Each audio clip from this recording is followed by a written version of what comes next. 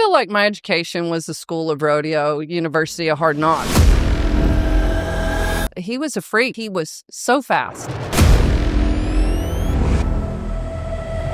Literally, they would tell you to your face, women don't belong here.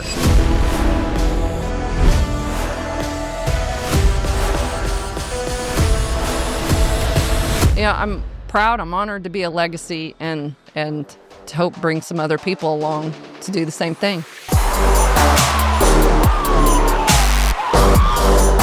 Well, if you want to talk barrel racing, Charmayne James. So I Google you and stuff, and I obviously had known that you were, 10, 11 time world champion, heard the stories, but I didn't, it said San Antonio, Texas. I'm like, go. And I guess we called Justin McKee, and here we are, so thank you. Yeah, no, Justin called me, said, hey, would you be on a podcast with Ty Harris? I was like, well, yeah, sure. I read that you were 11 years old when you got scampered. Tell me about, how did that happen? Well, I had a horse named Bardo. He was a ex-thoroughbred racehorse, and I let my sister borrow him, and he broke his leg. It was just traumatic. Like, we couldn't do anything for him, couldn't save him, and had to put him to sleep. And so I was after my parents. I need another horse. Because I'd won about 10, 15,000 going to amateur rodeos on that horse before. And so I was hooked. Then I was wanting to go rodeo. And so my dad, he said, hey, why don't you go down in the pen there? I grew up at a feedlot. And he said, go down in that pen. There's a little horse for sale, a little bay horse. And why don't you see if you like him? And so he goes, but you got to ride him around. You've got to, you can't just get on him and take off loping. You got to walk him around because he will buck. And so I go behind the barn where my dad can't see me, and I kick him up to a lope, and he bucks a little bit, and I just start laughing. Like, I think it's funny, right? Mm-hmm. And Scamper, I promise you, he looked around and he's like, wait a minute. Like, he just looked at this little girl on him, and it was just a match made in heaven at that point. Like, he's like, okay, I love you. I think he just liked the innocence of it, because he was kind of a mean sucker. Really? And so my dad paid the cowboy $1,100 for him. And the funny thing about Scamper was that, like, he loved me and he wanted to do good. And a lot of people are like, well, you never would have made it if it wasn't for Scamper. Well, I wouldn't have. Like, I absolutely wouldn't have. But the funny thing is that I was fearless, had this horse that would have done anything for me. And I think when you're given that responsibility, you have to learn. You have to learn how to ride. You have to learn how to feed, how to take care of them, how to shoe, how to do everything. And so with that much responsibility, we just did everything we could to make sure every day was a great day for him, and took the best care of him that we could. He thought that, so the horse in the feedlot for $1,000 plus $100 to the buyer, did the horse probably didn't know how to run barrels? No, he just had been working in the feedlot. So Scamper grew up in Wetmore, Colorado. Buddy Draper raised him, had a ranch there, raised horses. And so, let's see. So he bucked Buddy off, put him in the hospital. And so right after that, he went through the horse sale in La Junta, Colorado. And then from La Junta, he went to Guymon, Oklahoma. From Guymon, he went to Clovis, New Mexico. Then he went to the cow sale in Clayton, New Mexico, and then changed hands a couple times in Clayton, all by his 4-year-old year, because he had bucked everybody off. People have said that he had, the word was behavior issues. That's what you find everywhere. Every article, everything was... You just don't really know. You just don't, like, it's hard to tell, because, like, was it just that the way they started him? Was it... Yeah. Was he just hated like anybody? I don't know, because I think I work so hard to find out what makes each horse tick to make them better. And so I don't know. Did he not ever have that chance? And wow. But I don't know. If you believe in God, I suppose somehow he used us in some way to, at least what I'm doing now is to come out and make the lives better for people and horses. So maybe there was some divine plan in it a long time ago. 100%. You wouldn't have this opportunity that you have now to go help kids and in Alaska and Hawaii, like you said, they never get the opportunity to meet an 11-time world champion. It wasn't for that. Did you just put some barrels up and just said, we're going to try it? How did that go happen? Well, I'd already been running barrels on the other horse, and so I just started taking Scamper around the barrels, but he was so broke, had been rode in that feedlot. The guy that sold him did a great job riding him, just eased him around, had a great handle on him. Stop, turn around. He didn't even have to think about it. So he was really, my idea of being broke good, like some people think being broke is get on and pull him around. Like that's not what I consider broke. Like he would stop and turn around and so you could be running him full speed and just stop him or turn him around. And, I don't know, you guys, have you ever been on a barrel horse that's not really broke and what it's like to pull on? Not very fun. I can't say I have. No. So, calf horses typically you could probably kind of go run them around the barrels pretty fast. So I think that's what made Scamper so trainable on the barrels. Right. Is that he had that background in him. How long after you got him did you start going to those amateur rodeos? So you said pretty you won quick. Like 10, 15 grand. 2 weeks after I started taking him around the barrel race, around the barrels, I took him to a little barrel race in Texline, and there was only a few people there, but I ran the fastest time. And it wasn't even that great of a run. He was a little bit lost, but he was fast. Like, he was so fast. There were runs I can remember him making, like, if I missed the first barrel, went by at a stride, or I remember one year at Malala, he spooked at something at the second barrel and ran almost back over to the first barrel, and I still won it by like 3/10. And, all those things that happened early on, like, created stories within themselves. Like, oh, Charmayne, she's drugging him, look at him. But he was a freak. Like, he might have had a extra large heart, I don't know, but he was so fast. The word I would say, he just looked like one of the most athletic horses I've ever seen in my life. Yes. Made it look effortless too. What'd your dad say when you went to that barrel race and won it? Oh yeah, he was excited. And the great thing about my parents is they were, obviously, if you know anybody in a feedlot, you work really hard. We grew up working in the feedlot, cleaning water troughs, weighing trucks, moving cattle. And so my dad's like, you're not going to rodeo unless you pay your way. So it was really good to, like, okay, fine. That's how it is. So when I started winning, my dad was like, that was great. But it didn't start off like that when I got my card, though. Really? I didn't know. Was it 14 years old, 13 years old? I was 13. Paying your way at 13 years old. Yeah. Not 18 or 19 having to pay your way like kids. Yeah. Like in today's generation. I mean, today, gosh, everything's so expensive today. I don't know. Yeah. Back then, right, your money went a lot further, it seemed like. Right.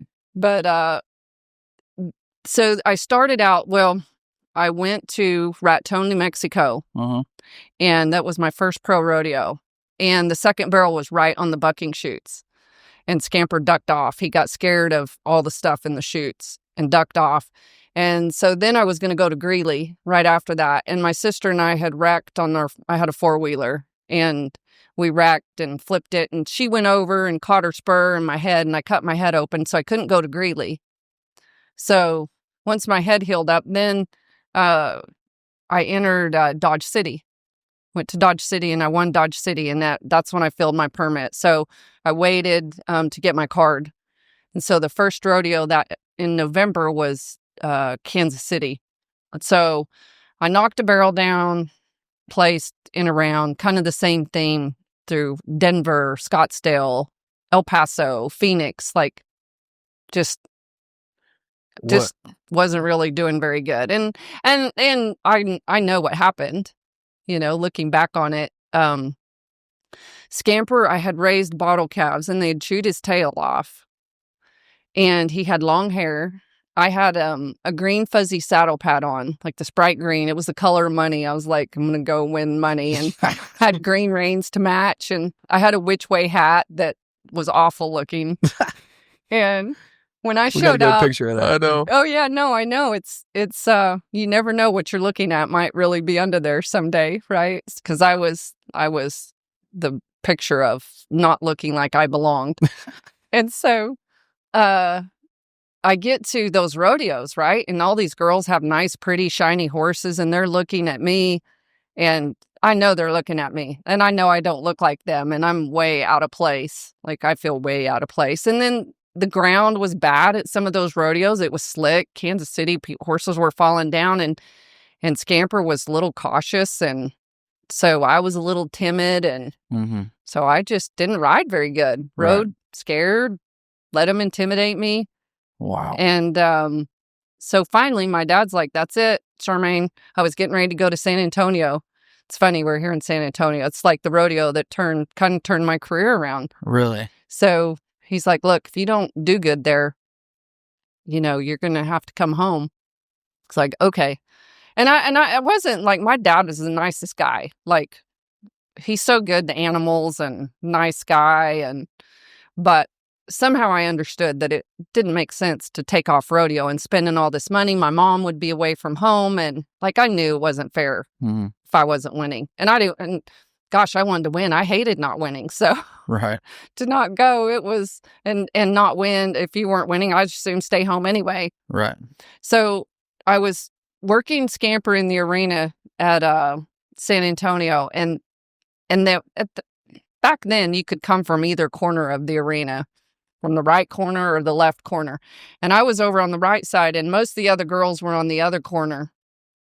And every time I'd get ready to go up and go through the barrel pattern, another girl would go through, and I just couldn't get out there. Well, they were going to close the arena. My mom's like, hey, you better get going. Like, you're not going to get your run through. And Scamper needed that run through. Like, he really needed to get in the arena, look around, feel the ground. And so finally I'm like, okay, that's it. I'm just like going. And I took off out there. Well, another lady met me like part of the way out there. She took off loping out there, and she comes out there and she's like, little girl, I don't think you belong out here. Like, she probably thought I didn't belong there. I don't know, really, but she was really rude. And she's like, I just don't think you belong here. And I was like, no, I'm up at the rodeo and I need to make my run through here. And she's like, well, I don't think so. And she was just this real nasty lady. And it kind of made me mad. I was like, well, who are you to talk to me like that? Like, who are you?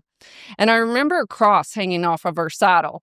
And I was like, well, she's not a very good Christian, because regardless, like, even though I was probably young and naive, I wasn't dumb to know when somebody's just rude as they could be.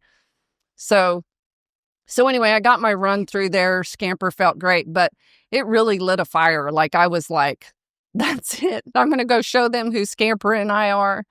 And went out that night and I was making my run. Bob Tallman, he's like, hometown cowgirl, which I was from Clayton, New Mexico. They call me the hometown cowgirl, and the crowd went nuts. And probably because I look like, the hometown cowgirl. Yeah, right? Just local, right down the Just road. local. Just wanted to get in the arena. Yes. How'd you do? And so I ended up winning it. I ended up winning the rodeo at San Antonio. Wow. And turned it around. And then, of course, it paid so much. Back then, I was right up there, I think second in the standings. Houston started right after that. And won Houston right after that, put me in the lead for the standings.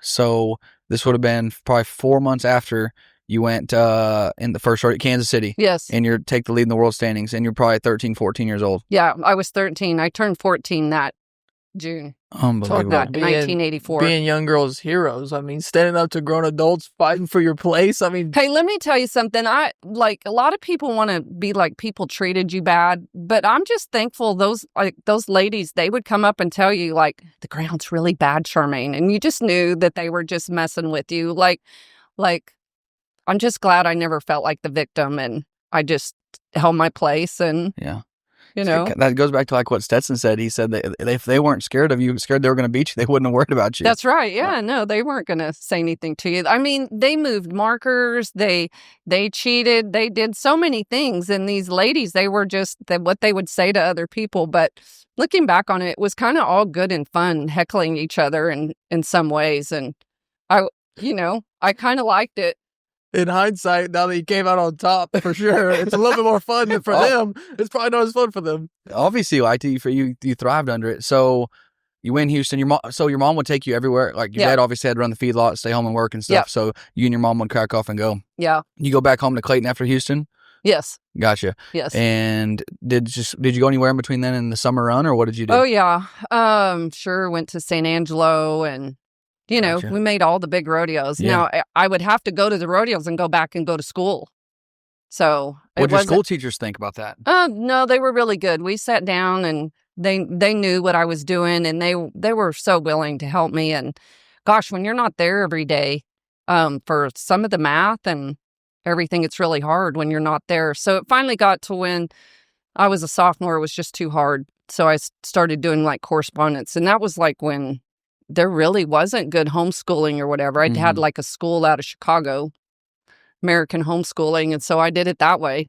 Wow. But I feel like my education was the School of Rodeo, University of Hard Knocks. Is really where I went. You were, by that time when you started doing correspondence, you were a superstar, world champion, phenom. I mean, you could do whatever you wanted. I mean, just every child's dream, actually. Oh yeah, no, it was good, and it was. I got so much notoriety. I was on like Good Morning America, NBC Nightly News. Like helicopters were flying in with news stations. When I lived in Clayton, and news cameras following you around, and ESPN. Like it was. What did that do to you? What did anything change, or were you just locked in?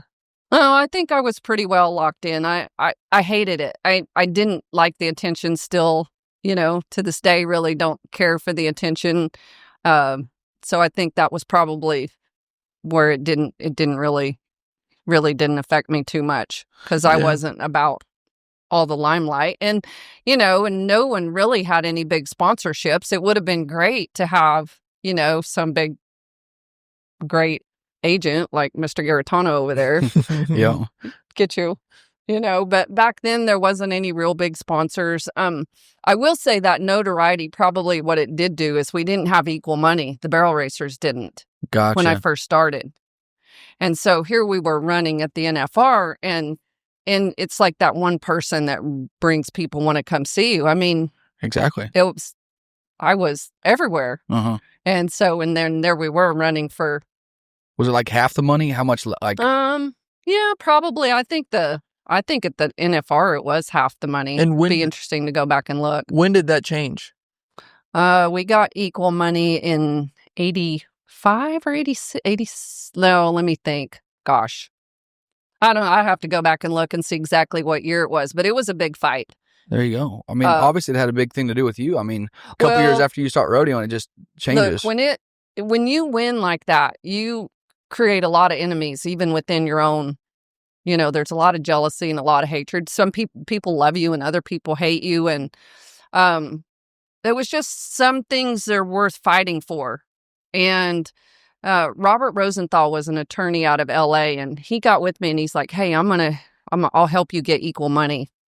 And so he wrote letters, to PRCA, the WPRA. He had the Women's Sports Foundation. He knew a lot of women there, high profile attorneys, and, just very important people. And like I went to New York to the Women's Sports Foundation. Billie Jean King were there, Martina Navratilova, like a lot of the big wigs were there. It was just a really great opportunity to be around some other really good athletes. And, but we just kind of held the pressure, like the barrel racers deserve equal money. And the WPRA was real upset with me because they thought we were going to, the PRCA would kick the barrel racers out. Gotcha. They were scared you were going to piss the PRCA off. And yeah. And so I don't know. I just felt like I had leverage on my side, and maybe it was good the WPRA stayed where they stayed and let me do the, some of it. But then again, I think Las Vegas events came around. They just saw it was important, and it really wasn't that big of a fight, but it was just that nobody had done it. Right. And so the timing was right. So I feel like that notoriety did do something. It did give me the little leverage to go in there and say, hey, we do deserve equal money. Exactly. But I mean, I remember our granny qualified for the first NFR they had in the barrel race, and that's actually who got me into rodeo. So 1959, and then she ended up being pregnant. And was that in Clayton, New Mexico? I don't know. Was it in Clayton or Dallas? It was in Clayton? Well, there was the very first team roping, and barrel racing finals was actually in Clayton, New Mexico. And so I don't know. It might have been that, but I know it was in 1959, and she's telling the story. She's real humble, just like you are, and she just brushes over it. Yeah, I was pregnant, didn't even go. I was like, what? You didn't even go to the finals? And she goes, it didn't even pay very good. Like, the barrel racing money was so much worse back then that she didn't even go compete at the finals. You know, Wow. You obviously changed the sport. So, But piggybacking off of that, nowadays, I mean, common sense would say, I mean, barrel racing is probably the second biggest attraction to a rodeo behind bull riding. Was it always that way, or was this part of that revolution? No, as long as I've been in it, barrel racing has always been really popular. I would just say there was a group of people when I started that literally they would tell you to your face, women don't belong here.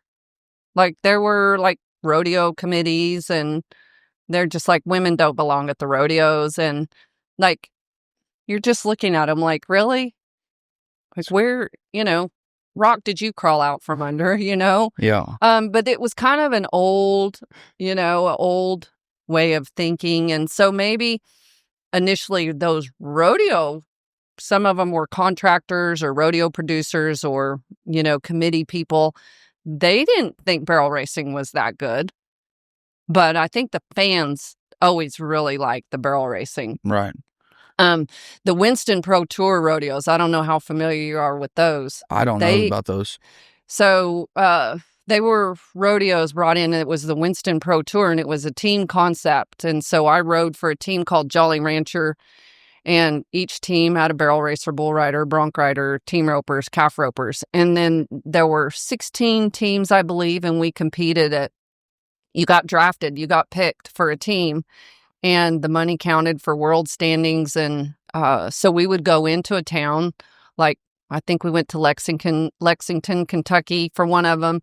And the fans got to engage. Like, we were there before the rodeos signing autographs, and after the rodeo signing autographs. And then they got to see for the finals, like 6 people would run, and then it'd go to 4, and then it'd go to 2. So you'd make 3 runs. Wow. Back to That's back. a cool concept. Well, you look at what Kid Rock and what we're doing now. Yes. Obviously, with you being a coach on that, what happened to the Winston Pro team with the team concept of it? It went away because the guys that didn't get drafted onto it, shut it down, right, for the most part. But it was very popular, very, very popular. Wow. And you would think it would be. I mean, everybody loves that concept. Somebody to cheer for, Yeah. No, because they got to see who won.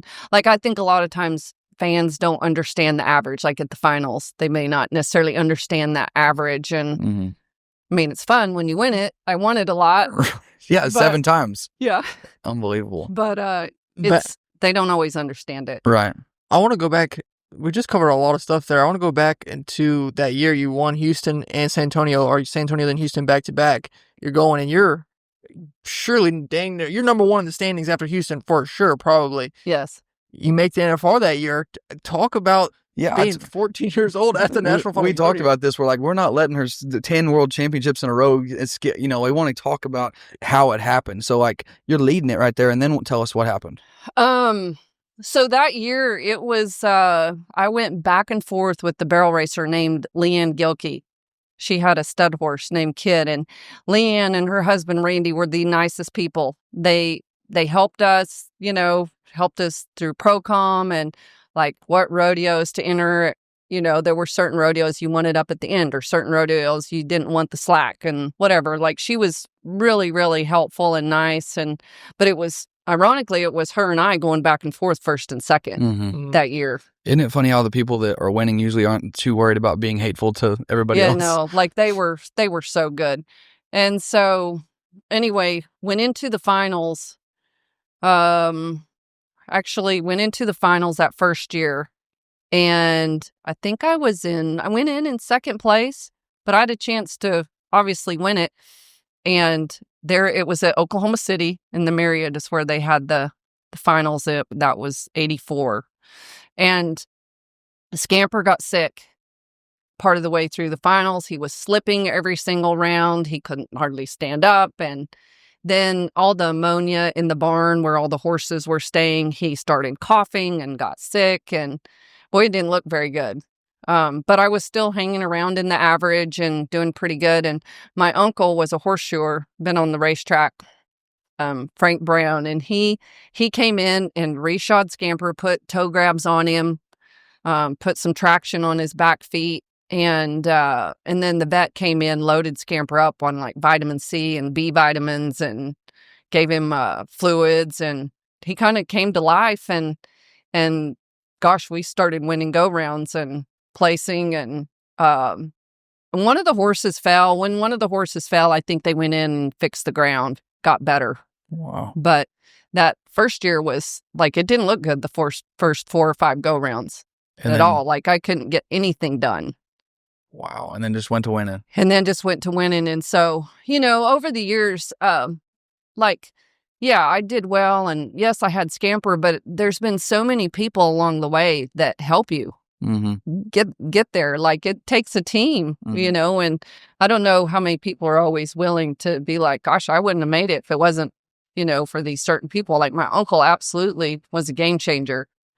And the vets that come in that, hey, we need to give him some vitamin C and these B vitamins and let's get him feeling good. Like they don't even do that now hardly. So just looking back on that, just so thankful for those people who come in at the right time and help you. Wow. I was just thinking too, horse fell, they fixed the arena. I don't know what you're talking about. We talked with Haley and she said that there's no dragging happening at the NFR. Kind of explain the impact of what the ground is like that? Yeah, that's a lot of runs on the ground. I think if they have the right ground and the right dirt, I think that the ground is safe. I mean, we've run on lots of ground that, gosh, maybe one horse every 40 runs might have a little trouble, and maybe they took the misstep. It's unfortunate that the finals, that they still have ground issue and horses sliding like they are. Yeah. Why? What do you think they need to do? Well, I don't know what the situation is now, but I know when I was there, the ground that they put in there was just dead dirt. Like it had no life to it. And I don't know that you could put the right amount of water on it or work it the right way. It's just that dirt was dead. So you're saying that dirt's dead. What's the difference in that and a live dirt? I mean, I truthfully don't know either. Like you just said water and work it the right way. But I think it just sits. I think when it just sits in a lot. Gotcha. It just needs to be changed out. And I don't. A barrel racer would know because you run so many different grounds. You can feel it. I'm not saying I know. No, there's guys that are specialty. It needs a certain amount of compaction, and I'm all for making it good for everybody. Like I think the ground that's good for steer wrestlers and the broncs can also be good for barrel horses where they don't slip and fall down. Like there's a rodeo. If I was to put the perfect dirt in there, Clovis, California has great dirt. It's like sandy loam. Have you been to Clovis? Yeah, I love Clovis. Yeah. Right? Wow. Can you think about that dirt? Yes, I can. So take that dirt, put it at the NFR. Everybody's happy. Like they run the fastest times in the barrel racing. It's not deep, so it'd be good for everyone. Like, hey, take that dirt, put it there. Wow. Bro, that was fascinating, dude. That's so interesting. Yeah. That is really fascinating. But I don't know. There's always politics behind all that stuff. And, I'd always get in there, wrangle around with them, try to get things fixed. And they love you and they hate you for it at the same time. But it just seems crazy to have dirt that, they slide around on it. Nobody can say anything about it. Oh, don't say anything to anybody. Oh, none of the announcers can say anything. Nobody can say anything that the ground was bad. Wow, that ground looks really great tonight. We just watched 5 horses almost fall down. It's obvious, and I'm not the only one who says it. Everyone, 100%. Everyone sees it. No, we right? hear it. That's why we want to ask. We don't know. I mean, you're obviously the one that knows it's about hard it. It's hard when you're there competing to get into those fights. That, and I don't know. I don't know that you need a fight, but I don't know that you're going to win if somebody else owns the ground and so on and so forth. It would be really good if there was someone necessarily not competing that they go in, and it's a really hard situation because you go in, you look at the ground, they test it. Oh, yeah, it looks good. It looks good. Well, you don't really know till you start running horses on it. And these horses are flying, going as, they're 1% of the horses out there running at that speed. Like the WPRA did a study that 1% of all the horses out there have speed to run at a WPRA level. So these horses are just faster. Really? I've never heard that. Wow. I've never heard that. Yeah. So like, that's how you see people. You're like, wow, that wasn't really a very good rider. It wasn't even really a very good run, but wow, they were fast, right? Wow. Just some horses just clock. And so when you get horses that are literally running that fast, they're going to test the ground. Wow. So we're talking about horses versus riders. I mean, what do you think about this new age leg lift? It's been around forever. Oh, really? It's been around. I didn't know that. Yeah. I thought it was a younger generation thing. We were talking about it. I was like, I bet she's going to say if she put her horse in the right position, she wouldn't have to lift her leg. No. I think that it's been around a long time, and I get it. If you actually take an extra step to be up and around a little bit more, you may not win first that go round, I don't know. If you cut off a step there a little bit and lift your leg, the problem is that if you want to go to the NFR, you want to win the average, the mindset you're going to lift your leg to get by. It's a little risky. It's a little risky, yeah. But it can be done. Did the greatest of all time, Charmayne James, do the leg lift? No. No leg lifting. She said no. That was a pretty quick answer too. I will be honest, it looks cool though. It looks cool. It's cool for a videographer. Here's what I believe. I believe that if you lift your leg, you're going to maybe get by that run. But that's that one jump that you quit kicking that horse and riding them through that turn to lift your leg. And so, hey, it might come back and bite you 2 or 3 runs later. So you better just put your butt down in the saddle and keep riding with your legs. It's just my thought. Wait, hurts you on them 2-3 runs later because your horse is gonna. They get a little short, right? Yeah. Because you didn't keep riding them up through that turn. Get used to it. It's a little bit like if you see somebody go in there and they really pick up, to hold them off. Well, you can kind of physically hold them off a turn, but that's all inside rein.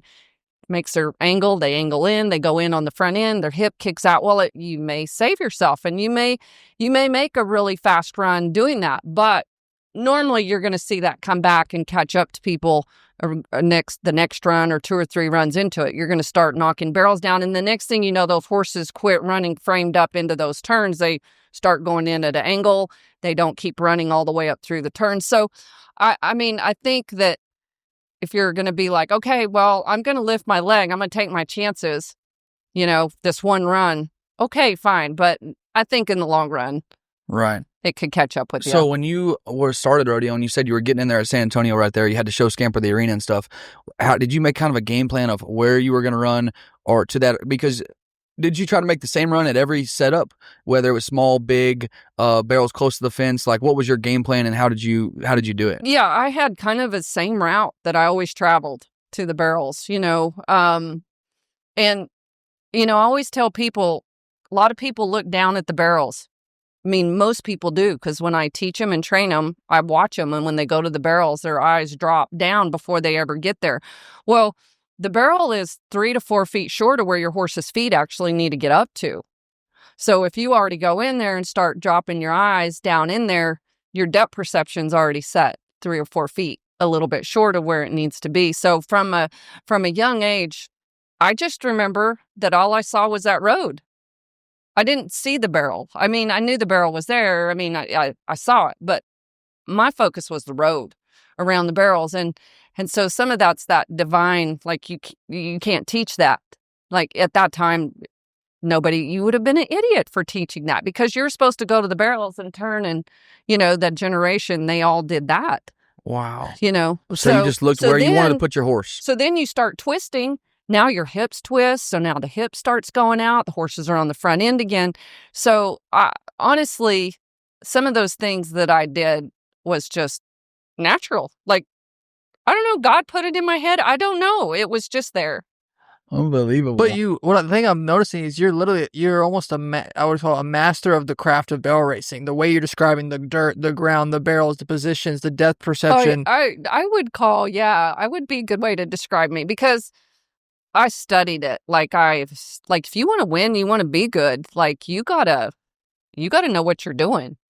And when I didn't have Scamper anymore, I had to, and I was going to go in, I had to learn to ride other horses. And I couldn't just base it that I was going to get lucky because I'd already got lucky with Scamper. Right. So I just had to learn to be good. And so a lot of the things I brought from I think the biggest thing out of what Scamper did is he taught me that they needed to be framed up going into the turns. And if you overbend them, the hip goes out and they get on the front end. And then you're going to have hock problems and suspensory problems and all other kinds of problems. So you start learning. So studying where their feet are, where my hands are, where my weight's sitting, where I'm looking, all those things come into play. And there's a lot of people who feel it and ride it and know it, but they couldn't teach it or don't even know what they're doing. Right, exactly. You see that a lot with people with ropers specifically. I've seen a lot of people that can rope that can't really put it into words, or not that it matters for how they compete, but it's amazing to sit here with you. I didn't know, we've never spoke or met, but it was so cool to hear you put it into words, like making it dumb it down for a guy like me or Cole to hear what you did. I wouldn't think it's dumbing it down. I just think that I have a great job teaching people at the clinics. I love it. I'm truly blessed to be able to do that, and trying to talk over people's head and not have them understand, like getting them to just think about, what are you doing? Like, what do you feel? Like just getting them to talk about, because a lot of people don't even know what they're feeling. Don't know where their horse's feet are. They don't know what their hands are doing. They may be riding a certain way because everyone in their family rode that way or their friends rode that way, and they don't even know what they're doing. They just did it because that's what they saw, and it's in your subconscious brain. And so all we're trying to do is really train that subconscious brain for when you get in there and compete, because you can't go in there competing thinking about, too many things at once. I like what Ty Murray said. Focus on like 2 to 3 things you want to execute. But after that, like your training's got to kick in. Wow. Were you always this way? Like when you were 14, you won your first gold buckle. Did you have this innate, knack about feel horses, or was this kind of I did. I progression? probably when I can remember warming Scamper up, I needed to be like loping around, having him in the bridle. Like he couldn't be going around with his head out here flat. Like just the warm up was important. Like keeping him up, keeping him reaching with his back feet. I didn't know what I was doing, but I knew that made a difference when I ran, and I knew that it felt good. And there was nobody who taught that way back when. I was reading an article about how one time at the NFR he cut a band, and then you had to change your conditioning and you didn't win as many go rounds, but you still ended up winning the gold buckle. I don't know if you specifically remember that. He was hurt at the finals. I can't remember. He cut his cornet band before the finals, like 3 weeks before, had a real deep cut. I have no idea how he did it in a stall. And so I went into the finals without being able to ride him a lot, and wasn't in the best shape. And he was a horse that the more runs you made, the better he was. Really? So him sitting around not getting the runs was hard. Wow. And so it took him 4 or 5 runs to really get rolling along. Like he got better, as the rodeo went on. The more runs he made, the better he got, which sorry to cut is you off. opposite. What was that like? 10 straight years of dominance. Okay, so you go and you're finding your way, but then what did a practice with Scamper look like? Year 3, year 4, year 5, are y'all running them? Is it every day? No, I didn't run him. I never made really too many practice runs on him. It was just more like going. I went to a lot of barrel races, a lot of rodeos. He got rode every day. Like every day he got rode and exercised. And he had a slab fracture in a knee. And so his exercise was controlled. He never got turned out in a pasture. Mm-hmm. He was always in a small confined stall and run. And so, we just had to be real careful with him that he didn't, he didn't do anything stupid because he had that slab fracture. Yeah, I grew up. We built stalls and like they're whatever 40 by 40 and stuff at the house, and I was always wanted to turn a horse out or something because that's what people do. And Dad said, if Charmayne James and Scamper, if Scamper didn't have to get turned out, your horse will be fine. He said, get on him and ride him. Well, but the funny thing to it is you got to know your horses. Like that's the thing. Like it's like you got to know people, you got to know horses, and so I come along with Cruiser later on to win that 11th world title. And Cruiser is wild. Like he's 33 years old now. He's prancing around if I'm leading him. He's like chomping at the bit, just rearing, ready to go. Like, I used to get accused of like drugging him and giving him all kinds of uppers because he was crazy. He was crazy. Just wanted to run. That horse loved to run. And so I learned with that horse that if he got turned out and got on a grassy pasture, that it chilled him out. Really? So that was like a must. When I rodeoed, I had to find people. Hey, you got a nice little pasture I can turn my horse out in? That's awesome. So, but that's what made him run. So you got to just kind of figure out each horse. What works with each horse. Yeah. So it goes from 84, and 84 was in OKC, first year in Vegas. How was that a lot different? I mean, I didn't know what Vegas was like back then. They said it was kind of more of a ghost town back then. Oh, no, it was never a ghost town. It was. I mean, because maybe if you look at it from now to like 1985, but you talk about a kid from Clayton, New Mexico. Like when I went to Reno, Nevada that year, 1984, like Reno, you look at the town of Reno, you're like, wow, this is a really cool town and all the hotels and casinos. And then going to Vegas was a big deal. Yeah. Like it was a big deal and just bright lights and it was an exciting place and things didn't close at night. Like we're so used to everything shutting down, early at night and everything is still going. Yeah. Late at night. It was exciting and the people loved the rodeo there. Really? Loved the rodeo. So I would not call it a ghost town. A lot different than Clayton, New Mexico. Yeah. Yes. The pressure to get another horse there. What did you feel around that? Oh, yeah. Oh, I mean, I guess there's always pressure when people don't really understand when I tell them my livelihood depended on winning, right? Obviously, you're a kid, you have a house, you live with your parents, but I still paid my own way. I still, paid all my entry fees, bought my trucks, whatever. And then, when you move away from home, right, you have more. You got to pay for a house and that extra money. So when you got to win to make your livelihood, it's a whole different ball game versus somebody who you don't really have to win. They can tell people things and it's not really correct, but it's something they can tell people. They didn't have to do it to win. And so I feel like that I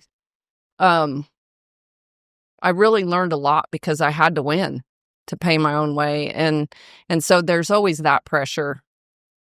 And it's good because it holds you accountable, makes you learn better. If you're wanting to win, you got to figure out all the ways to try to make it work. And then, with Scamper, like everybody thought Scamper was on drugs. I mean, one of the WPRA directors went up to my mom and she's like, I heard Charmayne gives Scamper snorts cocaine.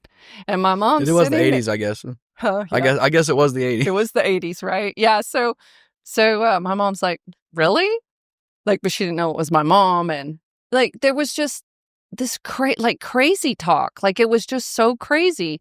And then, of course, my uncle, he thought it was funny that all these people thought that. And he would come along and he'd be like, so we would wrap Scamper's front legs with vet wrap because his check ligaments would get sore. So he ran in vet wrap. You'll see that he has blue wraps on all the time. I should bought stock in 3M back then. But anyway, he would go around and he'd see those girls. He'd be like, I got my little black bag.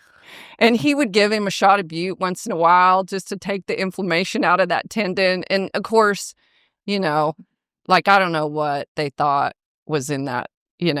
I couldn't give a shot. I didn't know how to give a shot, but he did. And he loved to harass him. So there was all that talk about, Scamper's on drugs. And because he would run, he could just run so fast. And then, of course, he didn't look like he ran fast. And then there was always this thing that we were cheating. We were paying the flagger, paying the timer. Scamper died like every year, probably once or twice. Like AQHA would call, like certain newspapers, oh, we heard Scamper died. I'm like, no, too bad for those people who want him to die. He's still alive. Dog. You know, just. I read that he lived till he was 35 years old. Yes. Wow. Yeah. That's unbelievable. And you got a 33-year-old here too. Yeah. Wow. Yeah, we keep them a long time. Golly. Yeah, so then getting another horse, right? So I bought a paint horse named Magic that Larry Stevens had trained. Larry Stevens trained a lot of barrel horses and was a really smart guy when it came to barrel horses. I learned a lot from him. And Magic was a really fast horse, and he didn't have a lot of rate. He was complete opposite of Scamper. Scamper was a horse that ran really hard. Like, you had to just keep riding. Well, when I got on Magic, I still had that forward and kicking, and he did that on Magic. I bet I made one good run out of 10 when I first got him, but I had to learn. Like, I had to learn to sit down. I had to learn to help him, and just the timing of that. And was it true that you said after the 10th one that you knew, like, I'm retiring right there undefeated? Like, yes. You just knew that well, was... yeah. So the 10th go around at the finals, I knew that if I won that 10th one, I would retire him. I might run him a little bit just because he was still in such great shape, but I didn't want anybody to ever beat him because he got old. Mm-hmm. And so that 10th go round, you want to talk about pressure. Well, I needed to win the average to win it. And so I go running in there, and the ground is deep towards the bottom of the ground. Like, it hasn't been deep like that. Like, that ground back then was deep. And so I'm like, I just need to kick one more jump. But it was like a delayed thought. So I went in there and I went to turn loose to kick one more time, and he just front-ended. He just hit his front end, bounced me up. I went over the front of the saddle.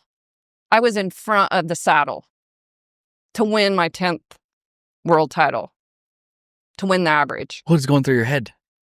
I was just stay on. Like, I promise you, I was just digging in to his neck and holding on for everything just to get myself back. Because when he threw me up, it was right in the turn. So I made the turn in front of the saddle. I don't even know how I did it. Just by sure will of, I am not falling off. I am not falling off. Holy cow. Make that turn around, and kind of when he took off, somewhere between the first and second barrel, I got back in the saddle. And of course, my time was kind of slow, but I kept the barrels up to win the average. God. To win it. That was pressure. Storybook ending, actually. I mean, how different would that have felt if you would have fallen off? I think I would have. I probably would have went out and found a pipe and beat myself in the head with it. I don't know, like, but. What about the run without the bridle? Yeah, that's been a famous one. Friday the 13th. Nowadays, you see where the barrel racers come down, that there's an alleyway on the left and you cross over. Mm-hmm. Well, back then, we just came in from the back. Mm-hmm. And so I was always scared because Scamper, I couldn't hardly hold him when we go in the arena. And so I was always scared he was going to take off running in the arena when someone else was in there. And so I was trying to hold him, but I was along that cement wall on the right. And Scamper just kind of brushed that wall over there with his face and then just lunged and took off. Well, right then and there, that headstall just came back, and it just like the concho just cut right underneath my eye right there. And I took off in there, and I know the headstall is not attached to, it's off, but the bit's in his mouth. And the only thing that went through my head was just act like nothing's happening. Try to hold the bit up. It's the only way you got to stop him. Got around the third barrel, like right when I was going around the third barrel. I just, for whatever reason, I'm like, I got it. And I just kind of went a little bit forward, and that's right when it just looked like he just spit the bit out. Dude. And I was like, I just whipped him out. I was doing what I normally did, whipped him out. And the gate in the back, the guys are like, close the gate. So they start closing that big gate in the back. And I was like, there was literally just little tiny place to go through. And I think I lifted my legs to go squeeze through there. But if they had closed that gate, it would have killed us. It would have killed us because he was still going 9-0. They came over with the victory lap horse. They're like, hey, you got to get on the horse. And I was like, no, it was a wreck. I was like delusional. Obviously, I was like, there's no way that I just wanted to go around with that. They're like, no, like you need to go. I was like, no, you guys are kidding. They're like, get on the horse, go. So I took off down there. I had no idea that I had won the go round. But when you have these horses that are raised in stalls and pens and then they're rode for 30 minutes a day and then you want to go out and run them and run their wheels off, like when they start running fast, it tricks something, something trips in their mind that makes them a little cray-cray. And if they're not really broke, then there's some problems. They're going to pop up. So if you get a horse that's kind of been to boot camp, when you do hit that cray-cray button on them, they handle it a lot better. Wow. So the paint horse, rodeo on that horse, and then were you training them? Were you buying them? What were you doing? Oh, Charmayne will never win again. And I'm like, I was happy that I made it on Magic. I was like patting myself on the back. Hey, good job, Charmayne. You made it on another horse. You kind of already did what no one else has done. So it's kind of like, hey, good job. And he got sick and just didn't run that good. I didn't do very good at the finals that year, which is hard because that's where you're supposed to make your money. That's where you need to get a little extra change there. And that didn't happen, but I knew that I just need to be on the lookout for another horse. And so I had bought another horse named Sloopy. I had a partner on him and ran him a little bit, did well on him, went to the finals on him, got fast time at the finals on that horse. He was a futurity derby horse. He had never been rodeoed on, so I kind of had to season him along. That was a really good horse. But in the meantime, I'd went to the sale in Clovis, New Mexico, and there was a Freakin 6 colt out there, out of a master hand, Ladybug's Moon, which is really good race breeding. And I love Freakin 6. He was just a really cool horse, good mind, real pretty, and they're fast.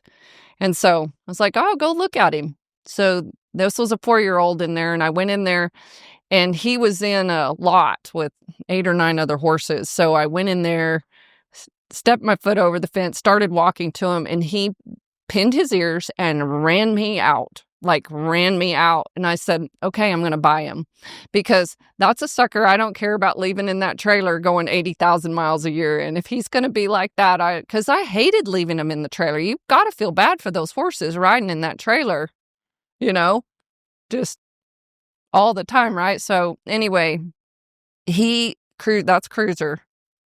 That ended up being Cruiser, and he would bite you, he would kick you, he would, but he loved you, and he loved his job, and he loved to run. He was so fast.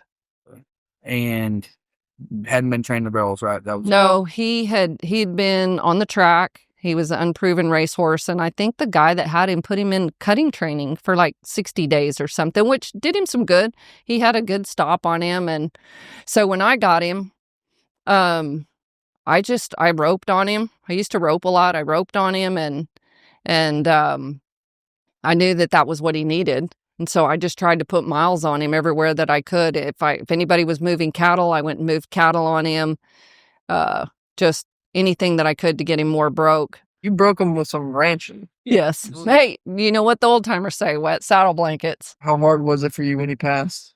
Oh, it's awful. I'll probably make you guys cry here in a minute if I start crying, but he had a great life. That horse lived a great life, and really seeing him get old, was just hard for him to get up and lay down, and that knee bothered him. And so I think in some ways we gave him such a good life. Like his stall that he had heaters in the winter. He had nice misting fans, and, he had a great little lot that had a tree, and then he'd go out in a little grassy pasture, and he hung out with Cruiser. He was retired with Cruiser, and he just had the best life ever.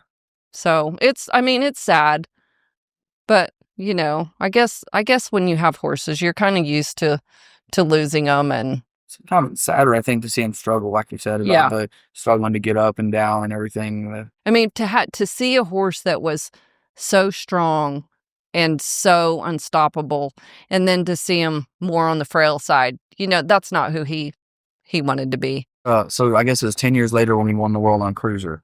What did that feel like? I mean, compared to the other ones? To come back and win another world championship. Well, that was my goal. I'm like, I'm going to win. I'm going to win it again, and I'm going to get out.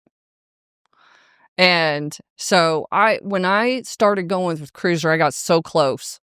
I was in the top 5 several times. One runner-up one year. I got sick one year at the finals. Like, got some kind of respiratory infection, had a fever that night. I didn't even want to get out of the truck to go saddle my horse, if you don't feel good. And I didn't ride very good. I was going to the first barrel, just probably didn't react, put my horse in the right place, and I knocked a barrel down. And it cost me winning a world championship that year, cost me winning the average. Cappy Allen won the world that year. I'm glad she won the world. She was a buddy of mine, but she was the first one to come up. Hey, congratulations, you did good anyway. And I was like, no, you did good. Congratulations to you. But that taught me, that was probably one of the greatest lessons ever, because then I started learning to take care of myself. I started learning how sugar suppresses your immune system. And, I was always kind of a health nut for my horses. And it wasn't that I was a bad eater, but I really, that was one of those hard lessons that has carried through my whole life. I don't get sick. I just don't get sick anymore, because I just worked so hard to figure out what all we need, how to take care of myself along with it to just stay healthy. What year was that? Sorry. It would have been somewhere around late 90s, 90, 98, 99. And you rode him all the way through, and you won it on him in 02. But yeah, in 02, I went ahead and won it, and had a great year, broke a lot of arena records, went to 48 rodeos that year, won a lot of the major rodeos, and won the average at the finals that year, and said, that's it. But I still had to go to some rodeos the next year just because I had contracts with sponsors and so on. So I had to go out and rodeo some that year. So this would have been, I guess, 18 years later. You went from a little girl chasing a dream and no sponsors, winning gold buckles, to contract sponsors 18 years later. Yes. How did that happen? Well, it got better in rodeo. The sponsorship in rodeo was not that great unless you were Ty Murray.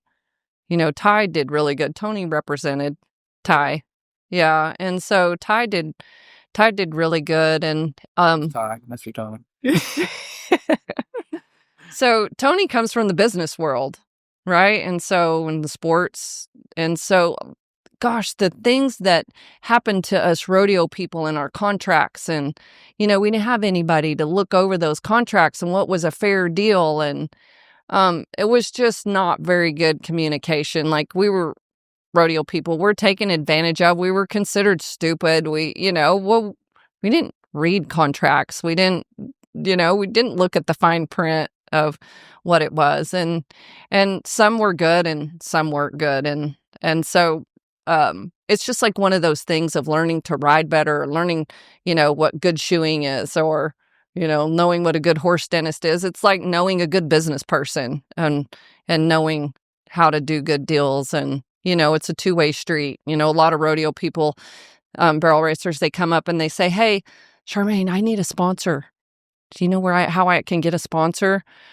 I'm like, well, you got to win, and they're like, well, I don't really have the money to go. I'm like, well, if you start winning, you'll have money to go, and then you can get a sponsor, but it doesn't work the other way around unless you just have someone who's wanting to, take a shot to give you some money to get going. All these years later, on the career you had, what does it mean to you? I busted my butt. I did everything that you needed to do to win. Everything. There was no stone unturned. And then I don't mean as far as cheating. I would never go as far as cheating or anything like that. But, just little things like, you know what, if I got to drive an extra 30 minutes to go put my horse and have him in a nice stall overnight rather than this crappy stall or tied to the trailer, I'm going to do it. Because when I first started rodeoing, people just tied their horses to the trailer.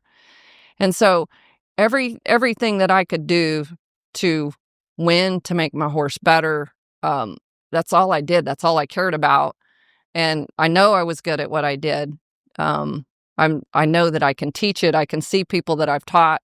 I know that it's good. So, yeah, I'm proud. I'm honored to be a legacy and to hope bring some other people along to do the same thing. You heard it right here on the Let's Freakin' Rodeo podcast. If you want to learn about barrel racing, call Charmayne James, find a clinic. You will learn. I learned so much in this podcast. It's unreal. Well, I think people from your generation probably don't know me, right? You never. You see, I see you when I walk down the tunnel at Thomas and Mack, see all the consecutive gold buckles, but hearing the story and getting to talk to you. You would communicate it too. It's one thing to have the cowboy and what he did in the arena, but you find those special people that do it outside there. The way they talk about it, it's like literally like we're transporting a time to be there. This was fun. Yeah, thank you very much. Yeah, I know this. Obviously, you didn't gain anything from this, so thank you very much. Hey, I'm always gain something from this. It's good, and hey, if we can make it better for someone else out there and entertain them a little bit along the way, and it's been fun watching you at the finals. And good luck with your podcasts. Thank you very much. Yeah.